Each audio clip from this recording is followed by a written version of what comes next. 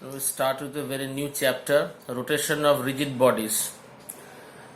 Now, we had already completed the chapter of circular motion, in which we considered the concept of a particle. Now, a little bit of revision about the old things. Now, what was the definition of a particle? It is defined as an object whose mass is finite and size is negligibly small, or rather we can also say it in this fashion also, defined as an object whose mass is finite but it has got no dimension. But we all know what is the definition of a rigid body. Rigid body is something which has a definite mass and also it has got a definite shape and size. It can withstand any amount of force that is applied on it. It will not change its shape or size. But what is the difference between the circular motion and rotation?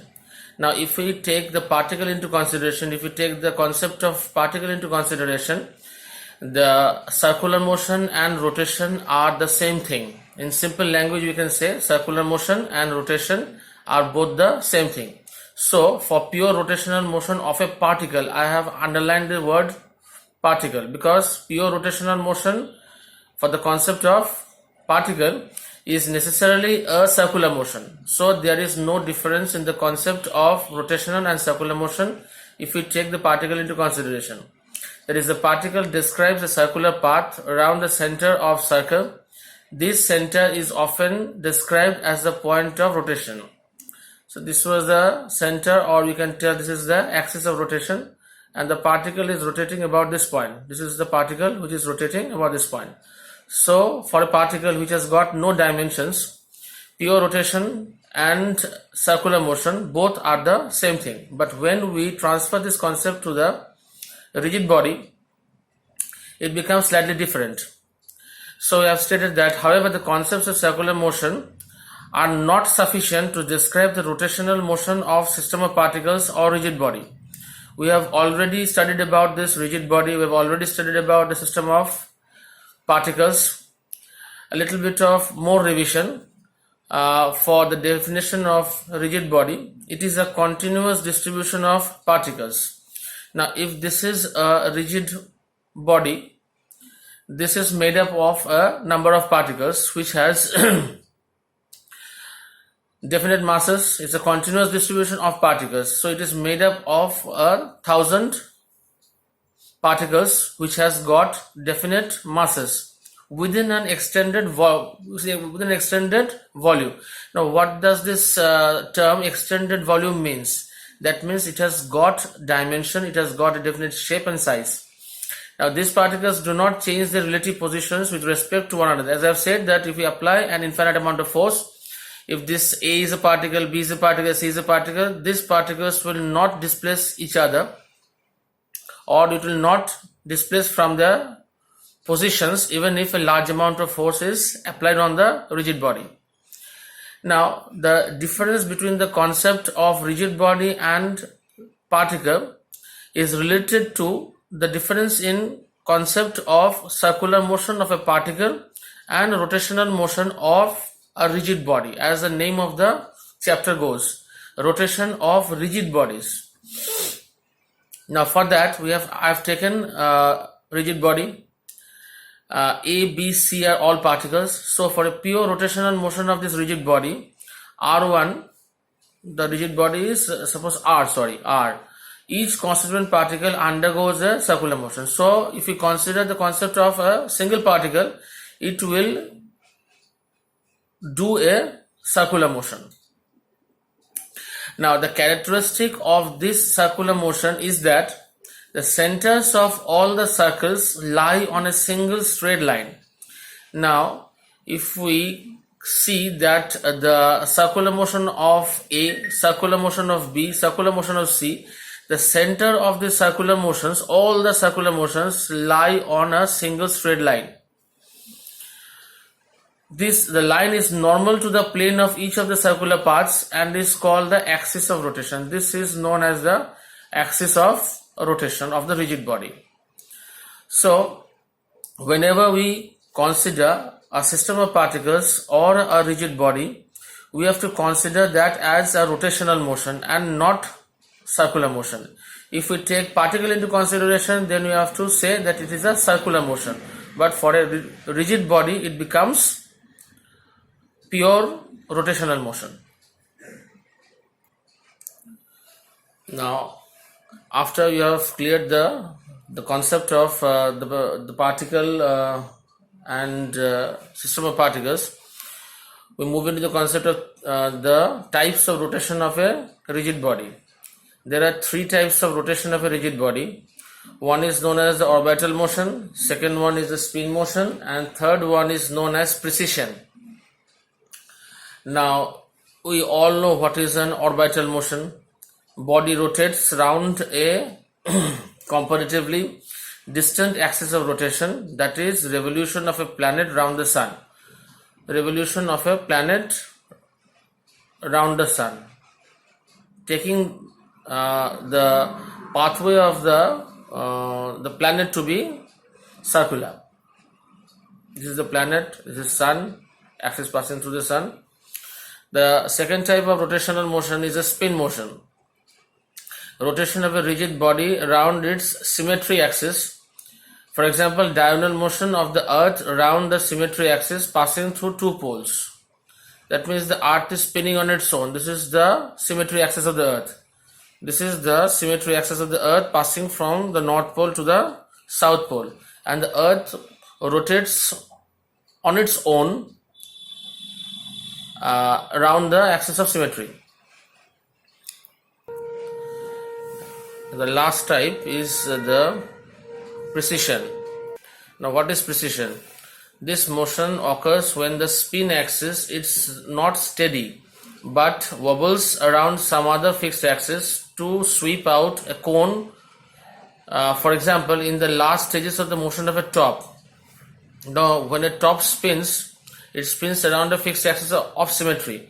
But when in the last stages of its spin, the axis just moves in this fashion.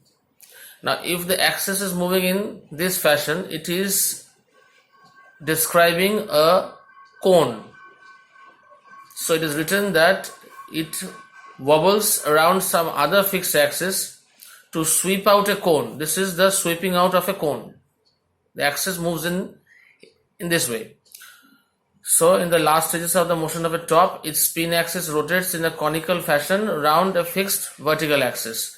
This fixed axis, the cone shaped axis is like this.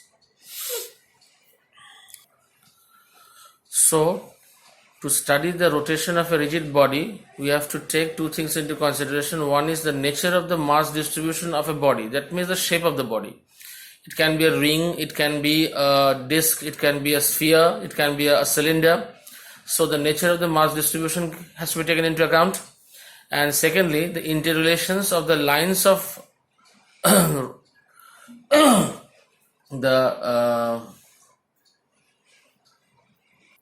lines of action action of the forces involved both with respect to the axis of rotation. So interrelations of the lines of action of the forces involved, that means with respect to which axis, both with respect to the axis of rotation. And this approach leads to the requirement of defining a few more terms or other physical quantities. For example, torque. We have to study what is a torque. We already have studied this this physical quantity before. We can take moment of inertia. We can take angular momentum. So we have to study this physical quantities in greater detail to understand their connection with the rotation of the rigid bodies. Now we are going to study these things one at a time. Now, what is a rotatory motion? Let us take a body. The initial position of the body was like this. If we have displaced the body slightly through an angle of theta, so the shape of the body or the position of the body will be will be like this. So when different particles of a body undergo the same angular displacement, the motion of the body is called rotatory motion. But different particles have different linear displacements. The linear displacements are not the same. So here we can write if the angular displacement traversed by the particles A, B, C, this is B. So I have stated this as B dash, C dash. So what was omega A? That means the angular velocity for the position A or the particle at A. Similar to that at B, similar to that at C, it will be equal to theta by T, because all have traversed an angular displacement of theta. Now if we try to find out the linear velocity of each point, linear velocity of each of these points, we can state the linear velocity of A as VA. Now what will be that? A dash by velocity means displacement by time. So there is no displacement. The position of A and A dash are same. This is A as well as A dash. So as there is no displacement A dash, so the value of linear velocity of position A is 0. Now linear velocity of position B, name it as VB. We can say that BB dash by T. Here there is an angular displacement of theta. We can locate the displacement of BB dash. So from B to B dash there is an angular displacement of theta. So VB is equal to theta by T. Now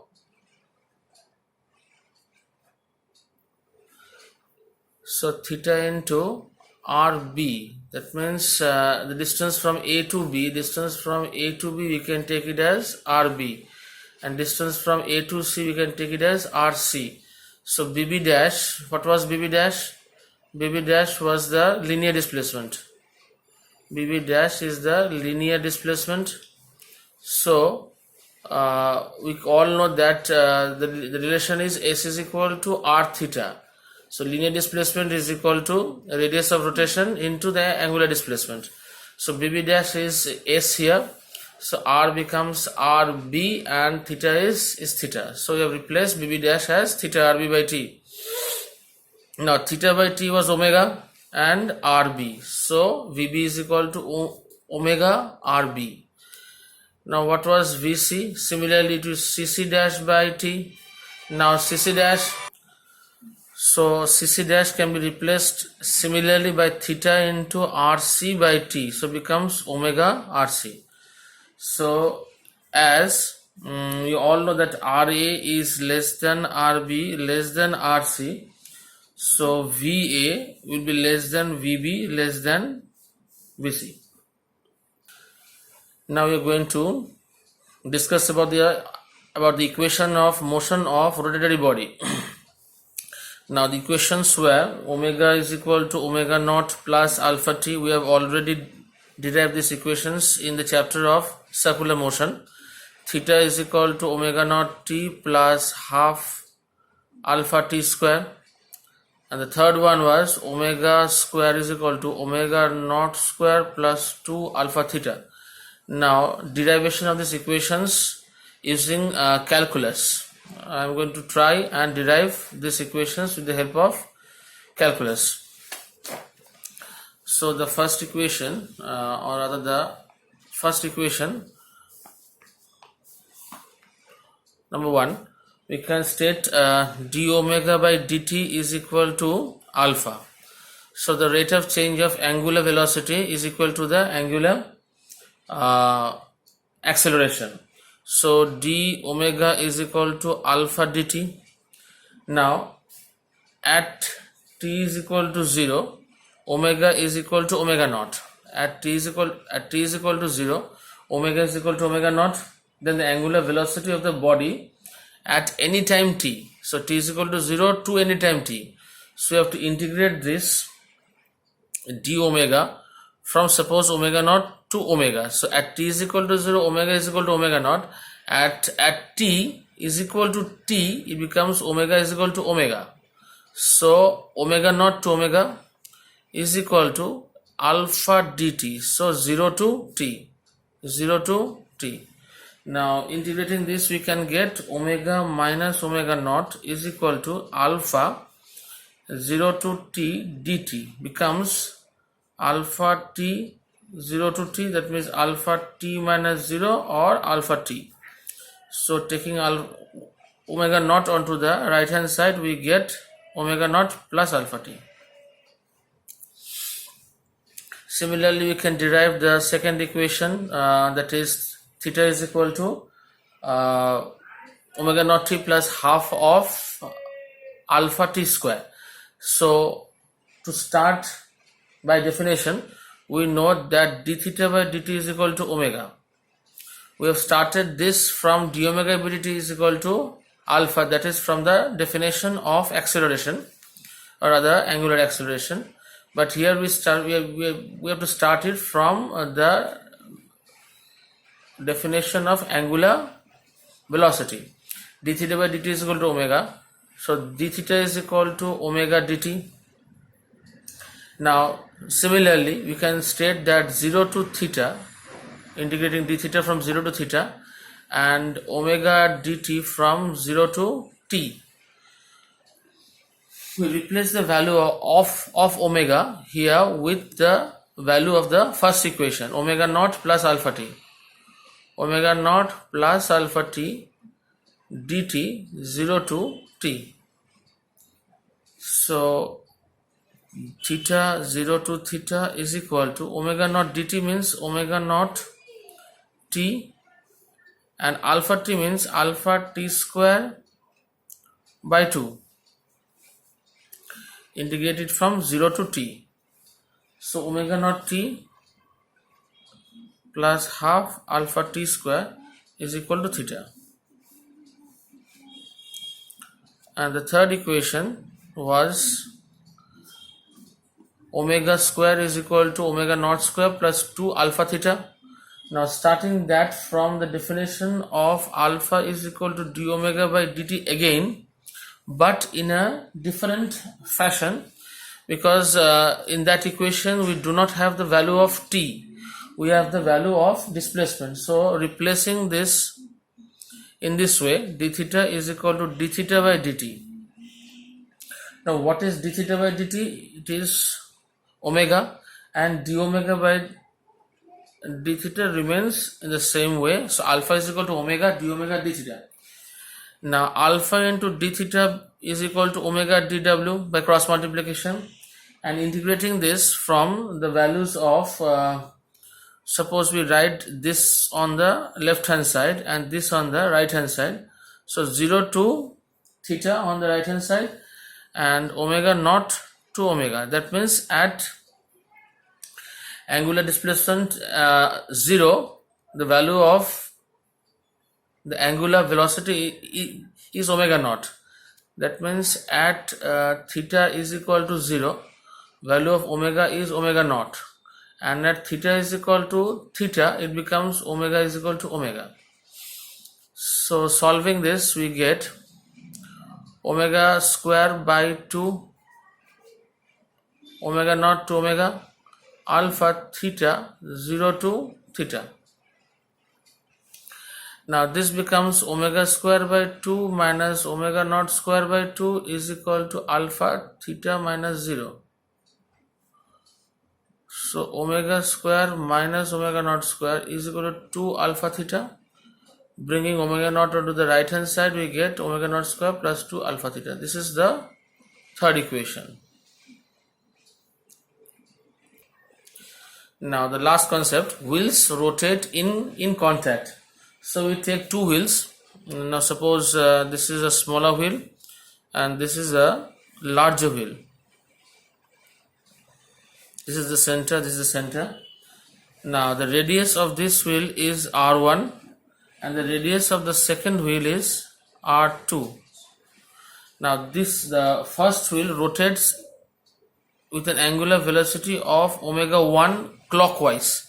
The first wheel rotates in a clockwise fashion, whereas the second wheel rotates in an anti-clockwise fashion with the angular velocity of omega 2. Now at this point of contact, the respective values of the linear velocity for the first wheel, it will be omega 1 r1, and for the second wheel, the velocity or linear velocity of this point will be omega 2 r2. Now as this is the same point, so you can write it as v1, this as v2. As these are the same points, we can write v1 is equal to v2. That means omega 1 r1 is equal to omega 2 r2. Now if r1 is equal to r, if r1 is equal to r, and suppose r2 is equal to 2r, that means this is a larger wheel of radius twice that of the first wheel. That means it becomes omega 1 into r, omega 2 into 2r2. That means r gets cancelled, so omega 1 must be equal to 2 omega 2.